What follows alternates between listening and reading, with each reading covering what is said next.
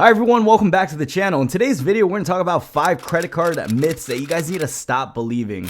Now, I do agree that credit cards can be a complex subject. There's really 2 sides to this. There's people who look at credit cards like a form of debt. Credit cards like is something awful for you. And then there are another group of people that use credit cards to travel the world for free, that use the credit card rewards, the bonuses, the statuses, the benefits, and use that to their advantage, kind of like a sword.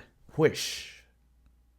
Now, starting out with myth number 1, a lot of people tend to believe that you need to carry some type of balance to have a good credit score. We're going to start out with this myth in particular just because it's the exact opposite of what you guys should be doing with credit cards. First of all, you don't need to carry a balance on your credit cards. All you guys have to do is pay it off in full, and the exact opposite will happen. Your credit score will go up and you guys will actually benefit from having credit cards. So one thing to note though is you guys do want to make sure you guys use your credit cards pretty actively. If you guys have 20 credit cards and you don't use those 20 credit cards at all within a couple years, chances are they will shut down those credit cards and it can negatively impact your credit scores. So yes, use your credit card, just don't carry a balance. You don't need a balance to build your credit score. If you guys want to build credit, all you guys have to simply do is put a charge on that credit card, set up automatic payments. Voila, you're good. Just make sure there's some money in the bank to pay that amount off. Okay, myth number 2. If you're not using a credit card, you should cancel it. This has actually happened to a lot of people I know in real life, and I'm not sure exactly why this myth started. I think just people assume that if you're not using a credit card, you should close it. I guess it does make sense though, because if I'm not using my Netflix account, I'm gonna cancel that. If I'm not using Hulu, I'm gonna cancel that. If I'm not using some type of service or an app on my phone,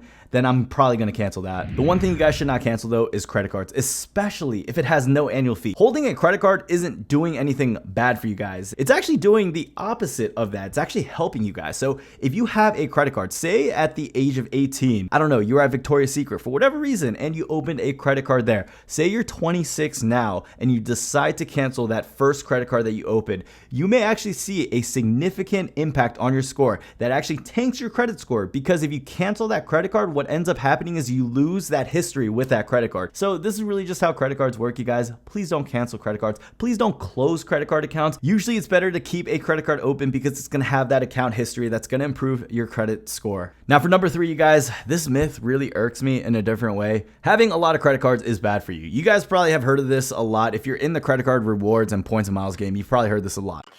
Brad, why do you have 15 credit cards? That's awful for you. That's going to destroy you. How do you have so much? You must be in a lot of debt.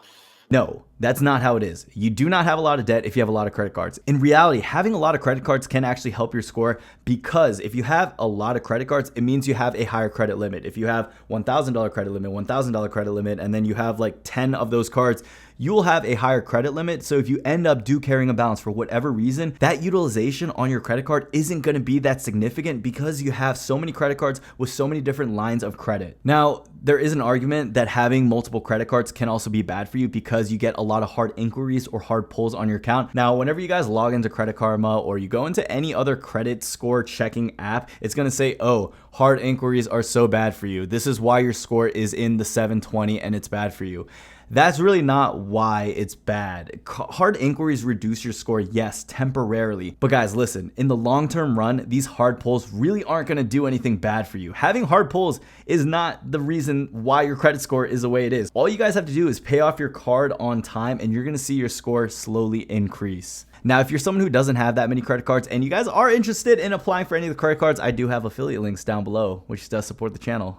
But this really leads into the next point. It's hard inquiries. I kind of really just talked about this in point 3, so I guess point 3 and point 4 are kind of combined. But hard inquiries, you guys, please don't worry about it. It's really nothing significant. Yes, you're going to get an email that says, oh, TransUnion pulled your score and we saw a slight decrease in your score, or oh, your score went down by a couple points. Guys, a couple points really isn't going to kill you. The only time when I say that's going to be significant is maybe when you're applying for a mortgage or you're about to buy a new house, where every little interest rate or every little percentage is going to make a difference to you. And if that credit score goes down and your interest rate goes up just even 0.01%, maybe that's when, it's going to affect you quite a bit. And that's really when I don't recommend a lot of people to apply for credit cards. But if you're someone that's just getting into the credit card game, go ahead and apply. But also keep in mind, you guys, there are other rules like the 524 rule or the 1 in 30 rule or the 2 in 90 rule. There are other credit card rules out there, but the thing you guys should not be worrying about is hard pulls that decrease your score temporarily. Now, here's another myth, and this is something that I believe for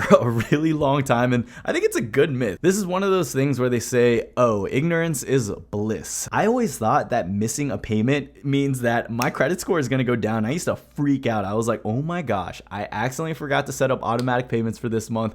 My score is going to go down. I cannot be called Credit Brian anymore. I have to go back to being B_Jung96 on Instagram. It's going to be the end of the world. Far from the truth, you guys. If you guys miss a payment on your credit card, your credit score isn't going to get affected right away, or it might not ever even get affected. And here's how it works. Your credit card issuers report to the credit card bureaus about every 29 to 30 days. Now, the codes for past due accounts usually start after that 30-day late period mark. So if you're someone who hasn't actually had a late payment for more than 30 days, chances are it's not going to actually report to your credit score. And there have been multiple times for me where I actually forgot to set up automatic payments, like I said, and I actually got dinged with a fee too. Those fees, you guys can usually get waived if it's your first offense. I usually just chat them up and they're more than willing to actually get that reimbursed for me. Now, I'm going to add one more bonus myth in here that a lot of people think, and people think credit card terms are non-negotiable, and this is actually far from the truth. If you guys someone who has interest, if you're someone who has debt and you want to work out some type of deal and say, hey, could you reduce my interest rate just a little bit, or hey, this annual fee on my American Express Gold card is $250 and it's a lot, you guys can negotiate all of that. They can reduce that. Nothing is really set in stone with these credit card issuers. I know you guys can get a piece of paper and it'll state all these things, but you can work out these type of deals. Nothing is set in stone. So the worst case scenario, if you guys ask for something, if you try to work out a deal, is if they say no. And that's really the worst case scenario. There's nothing really to that. If you guys have been rejected any time before out in the streets, like your boy,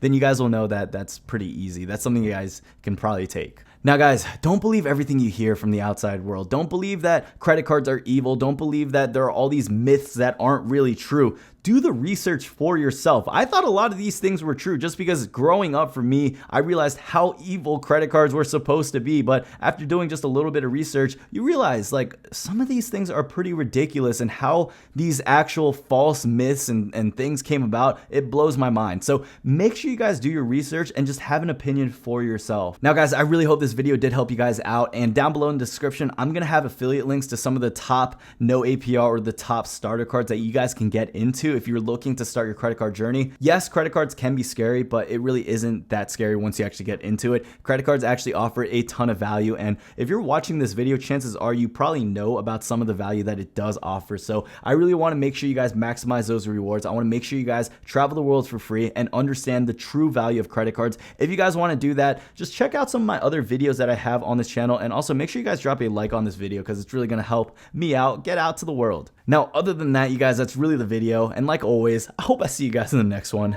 Peace.